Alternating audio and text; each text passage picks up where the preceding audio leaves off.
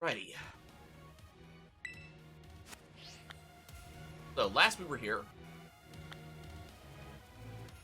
he unlocked the second lock. Can't be, it just can't. Seriously, a time machine? Feels like we just stumbled into a sci-fi novel or something. Yeah? Can't believe I get to battle Pokemon from a whole different era. This is incredible. Glad I came here. I think Nemona has the right... Ooh, wait. Back up.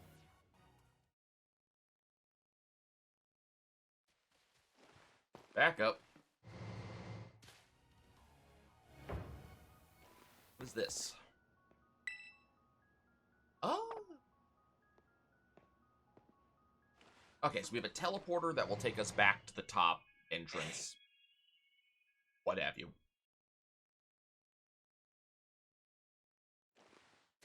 Okay, let's see. Amit's still in the lead. Your parents like Nemona. My parents? Normal, I guess. Serious? Even I know about your dad. He's on the board of the Rotom Phone Company. Ah, okay. Wait, how do you know that? Everyone knows that. He's famous, and I guess looked into him for my own reasons, too. Nemona's actually some pampered little princess from a rich family. Ugh, no way. That's still not my thing. So, yeah. I guess you could say mother and father were, like, hands-off, but in a good way. Big sister will probably take over the business. They're pretty much let me do what I wanted. Wait, you call them mother and father? That is some pampered little princess stuff right there. Ah! Latte Penny, what is your family? Super normal, then? My family is unbelievable. Like, super overprotective, you mean? It's my dad. He's loud and clingy and makes up weird nicknames for me, like Pen Pen. The most annoying guy in the world, period. He's the worst. And that's a real downer. Your dad. Having his own daughter describe him like that. Don't you dare take his side. Nai, how about you? Your mother seems super nice. Better? Yep, got a glimpse of an amazing-looking sandwich she made, too. Really? I could have seen that. I bet it tasted great. Normal conversations from normal human children. Ah, there's a Volcarona, but I'm not gonna bother. Because we're about to level up, or to evolve Larvesta, so we're just gonna skip that Volcarona right there. I will acknowledge it with a palm. Just went out, you're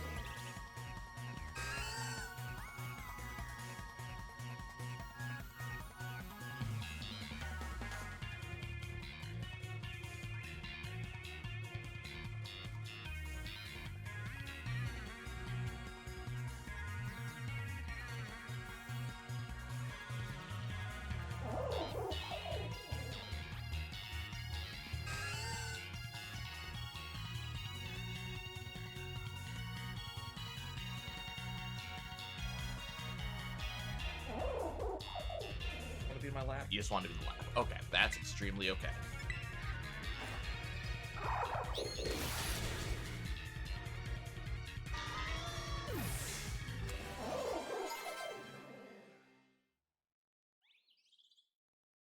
Oh, here goes Shellos. I'll probably need to get the other one taken care of at some point. But I can take care of that in the future when we're working on forms and such, and trying to grab the last pokes in the decks.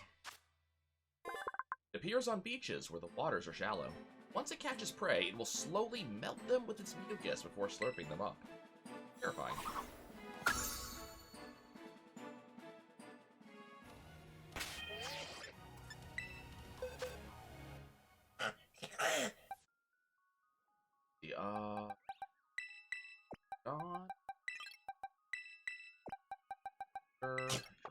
Or Gelder drops here.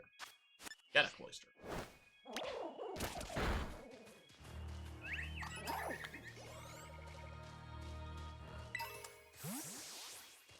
BP up is nice.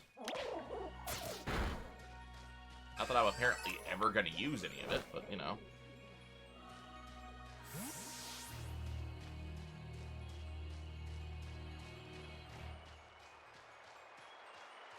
Masquerade?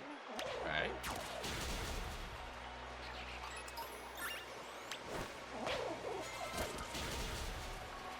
And we are seeing a lot of, like, high-level folks, you know, high evolution pokes down here. Not, however, seeing a lot of stuff that I didn't already, like, take care of. And, not much in the way of new, either. Kinda disappointing. Kinda hoping we would see a little bit more in the way of stuff that I don't have yet.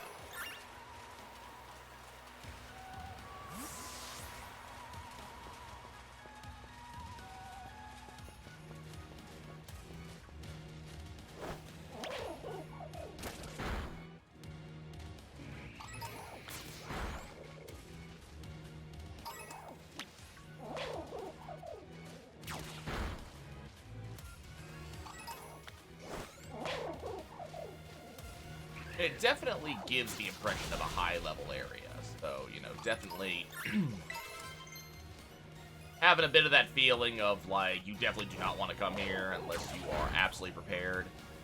But, at the same time, like, they did kind of comment about this area being, you know, super strong, weird, strong Pokemon, stuff like that. It doesn't necessarily feel that way. And I'm not saying that from the, you know, point of view of someone who's running around with 2 basically level 80 leads.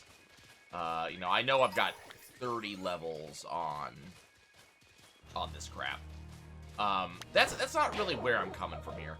I'm more talking about the selection of Pokemon here. Like, for example, Rose, can you definitely sit in my lap? I don't want to have to leave it. You know, it's definitely, there's definitely high-level stuff here, which is, you know, which is neat. Someone's evolved. Oh, Pokeball. There's definitely high-level stuff here, and so there's definitely, you know, difficulty. But stuff like, you are seeing baby Pokemon. A Pokeball into Slowbro. Hermit Crab Pokemon. If the tail-biting Shelder is thrown off in a harsh battle, this Pokemon reverts to being an ordinary Slowpoke. Huh.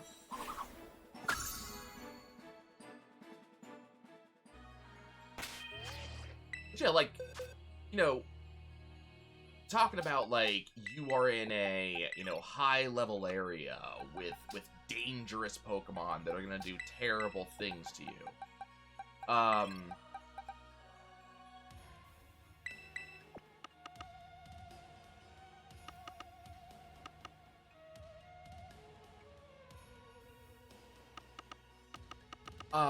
You know, it definitely feels kind of weird that in this area, what we're seeing,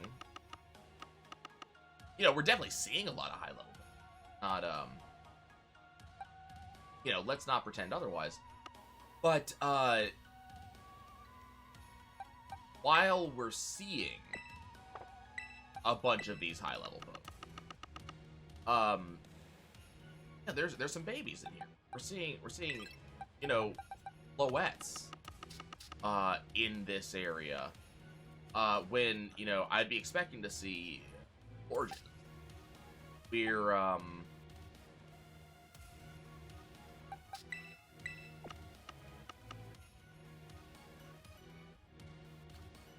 seeing, you know, Girafarig. It kind of just makes it feel like the stakes are not incredibly high yet.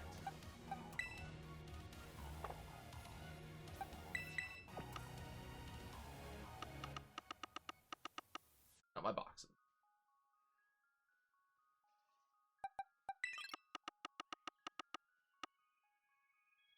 Gonna go wonder trading, and some people are gonna get a wide variety of pokes that they didn't have access to. This will be the next box. I honestly forget if Tynamo has an evolution. I'll have to look. Yeah, so we're definitely getting this kind of, you know,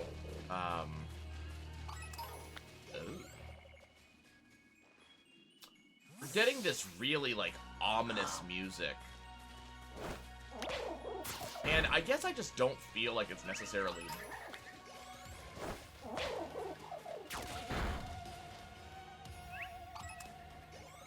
Ah, this one took no time at all to get. Oh, right, another research station.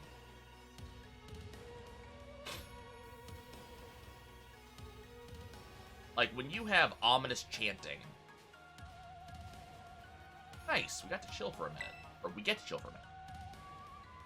It's gonna jump out at us again. 100% guaranteed. Ah, oh, Penny, such a worrywart. I just want to rotate slightly. There you go. It's an Iron Treads. See? See? Wait a sec. It's just like that Titan Pokemon we saw. So it was a future Pokemon all along? Whoa, you've battled one of these before, Arvin? It looks seriously strong.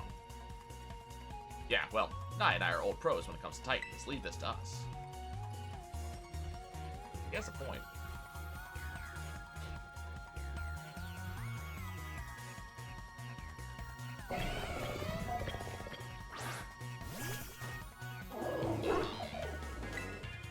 I'm not sure why in these animations my Pokemon gets thrown so far away.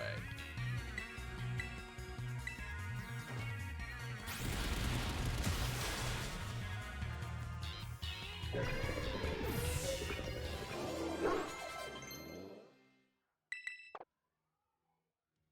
I think this is Larvesta, right? Nope, not yet. See that? Victory is ours. The one we saw when we were searching out the Herb of Mystica came from down here. You two got to meet one of these Pokemon before our crater get-together? Jealous!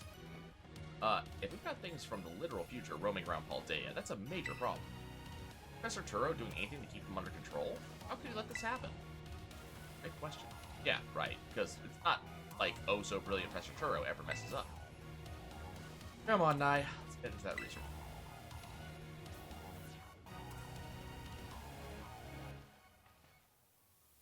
I love it, Pommet's just sleeping here. Like, this is a perfectly acceptable place for a nap, right here.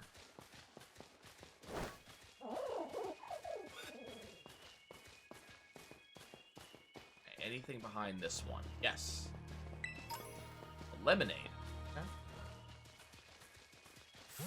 Oh, I see a cave. Okay, so we have 2 caves to explore. Small one first. First, in we go. We get some more storyline revelations?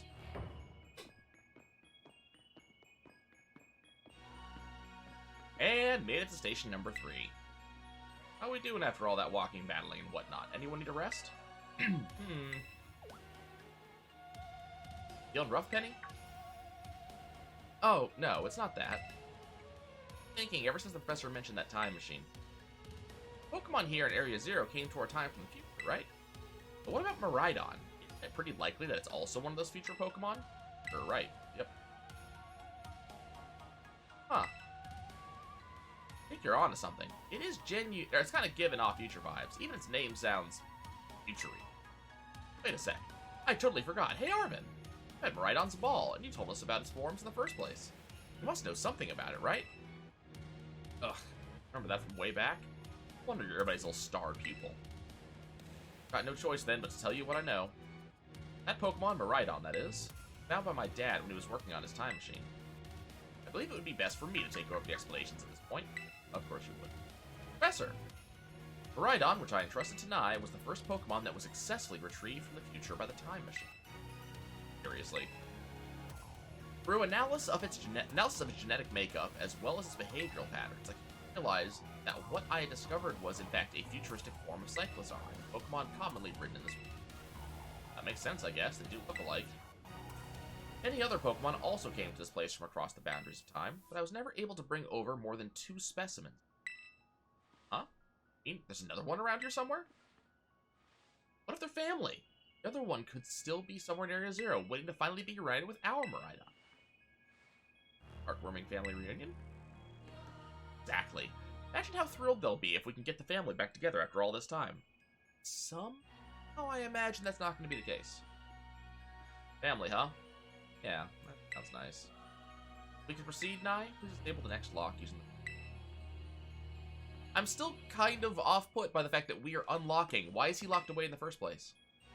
I've successfully brought more and more future Pokemon to our time since the first one. So close to creating a world like the one in the book, a paradise where we three live happily together forever. I must make it real. Our time machine research has yielded a triumph, a Pokemon from the dead. I've named it Miraidon. I was expecting one new life to treasure, but what fortune to be blessed with this gift as well. So are we gathering that something else came from the future? Is Arven a child from the future? That's going with that. That's gonna be the guess. Arven's a child from the future.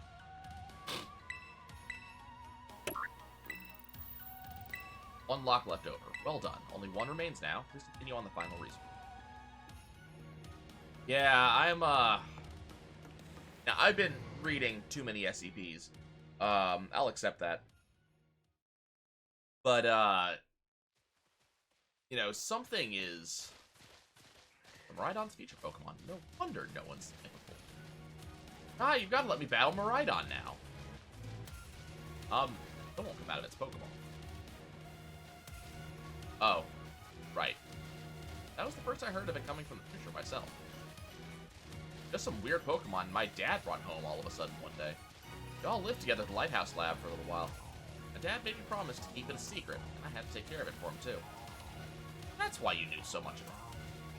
Yeah, then one day Miraidon just went nuts against some wild Pokemon. A few of the folks living nearby ended up seeing it, so the secret was out.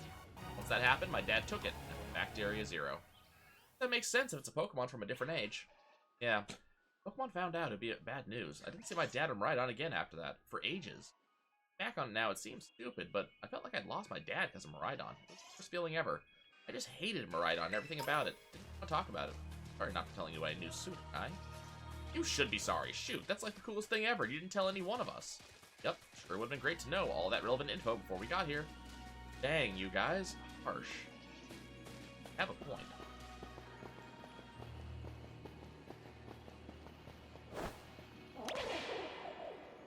Oh, hey, there's a Hydreigon. Except it's a weird-looking Hydreigon. Okay.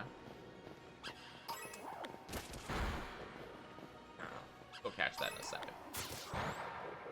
But yeah, like, you know, it might just be the, you know, the concept of, you know, skips that I've been reading a fair amount of recently and stuff like that. Some of them got into my head a little bit, which, basically happens anytime I read skips.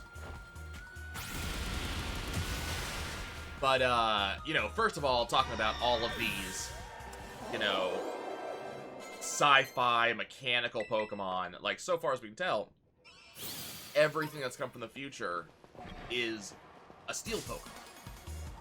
You know, steel, digital, all that stuff. You know, the professor is referring to these things as, you know, from a paradise. But a good part of me looks at this and goes, wait, everything you're pulling from the future is mechanical and LED? That doesn't sound like a paradise. That sounds like dystopia. Like, what happened to all of the natural Pokemon? What happened to all of the flesh and blood ones? You know, did we get infected with a disease that turns everything mechanical? Like, what the hell happened?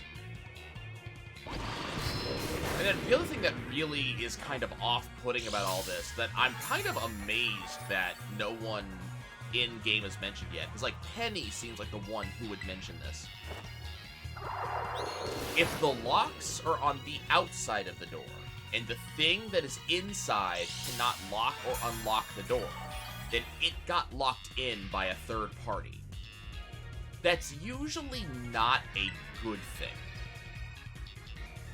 So it does make me question what's going on with the professor, because he is locked into this location and cannot leave. So someone locked him in.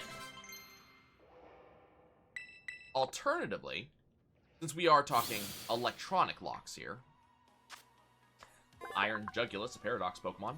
It's possible that Iron Jugulus, an object described in an old book, may actually be this Pokemon.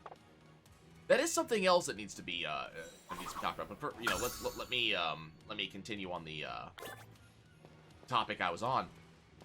So it is possible, given that we are talking about electronic locks. Electronic locks can be triggered remotely.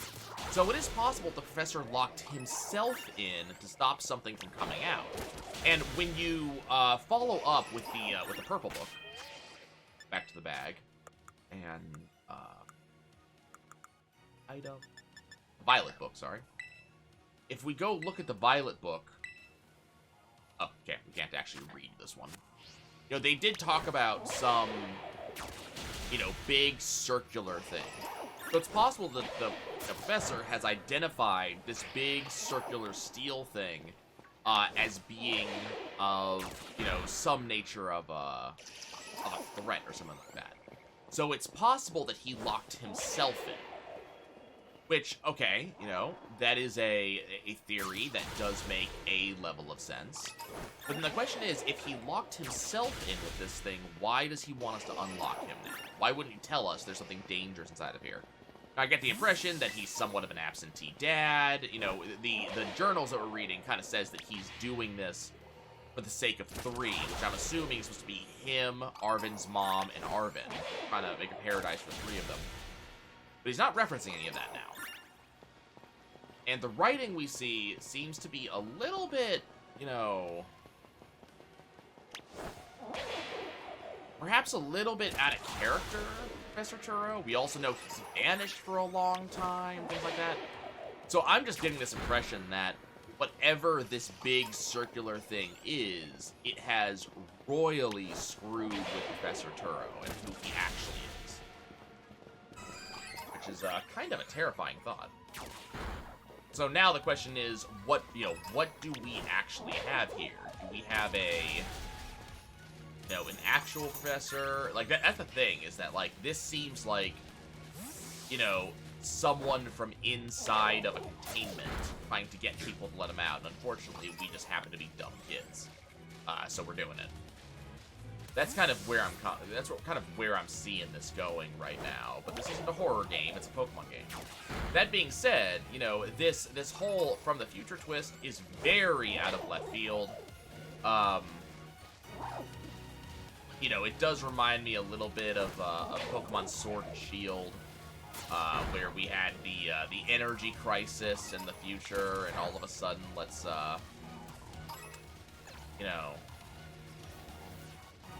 summon, Eternatus, up with it. That was also out of left. So, like, it wouldn't necessarily surprise me.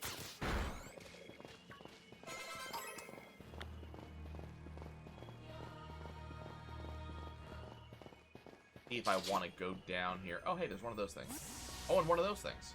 Oh, and several of those things. Okay, we're going to come back down here. I want to be... I was checking down here to see if this was the natural direction of progression. Because if you look at the area currently to my left, it looks like it was dipping downwards. So I wasn't sure if that was just kind of an offshoot cave, or if that was meant to be an actual, way to go. Because we just went in an offshoot cave. It was there specifically just to explore real quick and catch a couple pokes.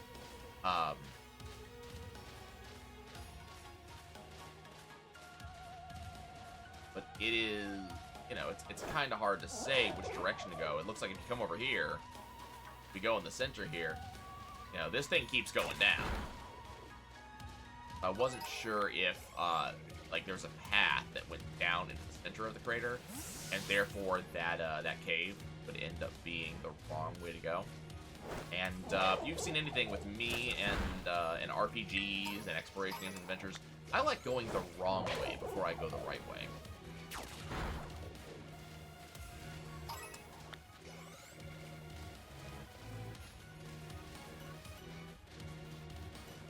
Okay, so we have been proceeding in a counterclockwise motion around the edge of this crater the entire time, which is why I'm gonna go up this ramp real quick, because this is still counterclockwise, and I didn't see a, you know, there's this ramp in front of us that we now, you know, can see that we cannot access in any way. But we, I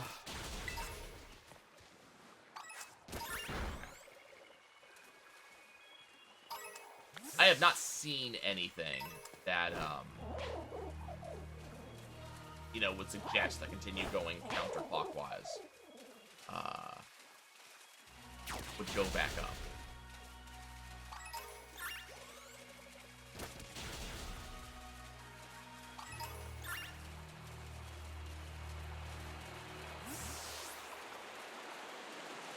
Find this one.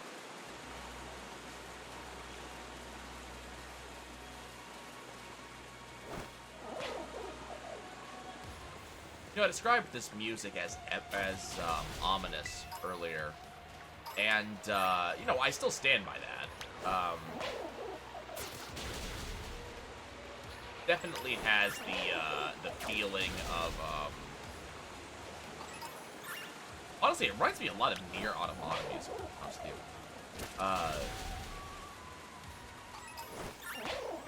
but you know, given that it's you know.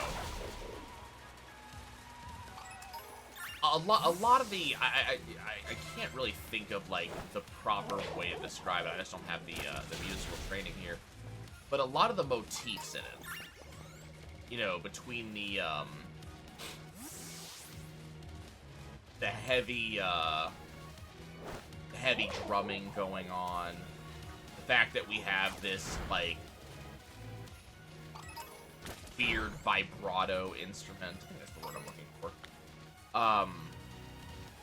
A lot of this kind of indicates kind of a, you know, like we have a lot of future-ish things here, but a lot of the instruments tremble.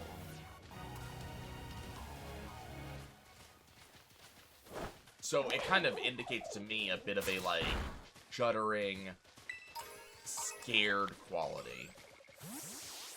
And then, apparently, you get Terra Shards down here. But then if you kind of get past that, that quality, then we have, you know, the chorus section right here, the choir section. You know, usually when, you know, you get chanting, you get, you know, a large group of people, you know, singing in unison in kind of, I'm not gonna say droning, because that's not really what it is, but they do have this kind of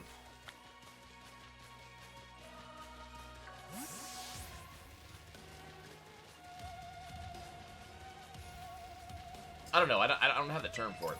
They do have this kind of feeling of like, you know, it's kind of off-putting, I think.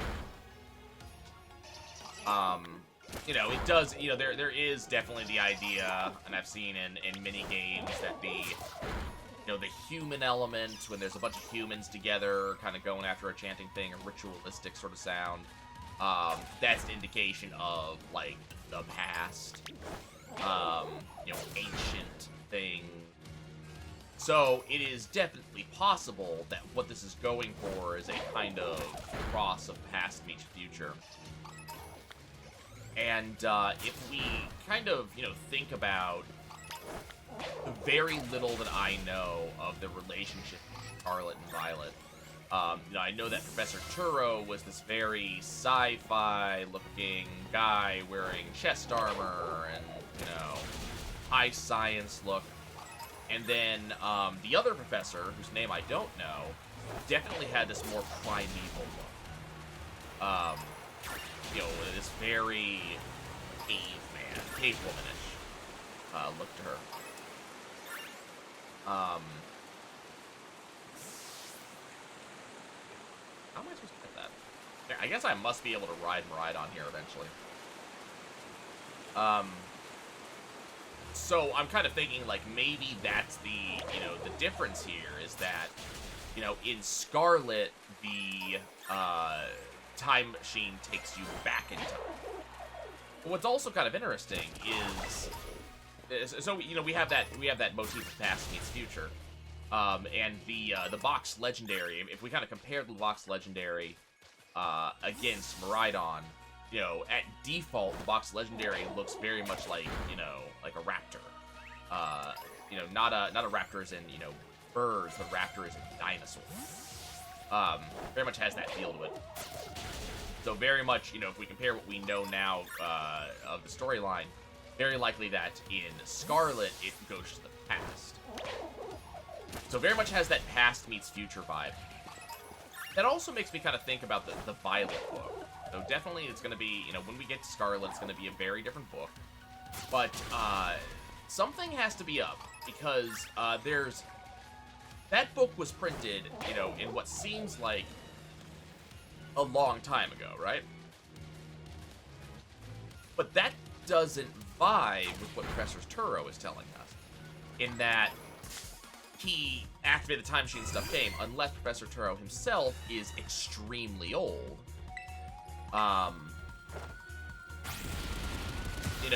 And was part of the initial group that came out, 87 years ago, whatever the number was. Alternatively, the other thought, we do have the hint from Professor Turo that if humans go forward in time, they cannot go back. So what we may be seeing here is a storyline where the Professor was part of the group 80 some odd years ago that initially, came down and discovered this. He did create the time machine and went forwards a number of years, bringing Arvin with him. And then, left his partner behind. So that could kind of work, that would kind of fit out, and that kind of matches what Penny was talking about, where the Professor has been, via for so many years. But if Professor Turo was from such a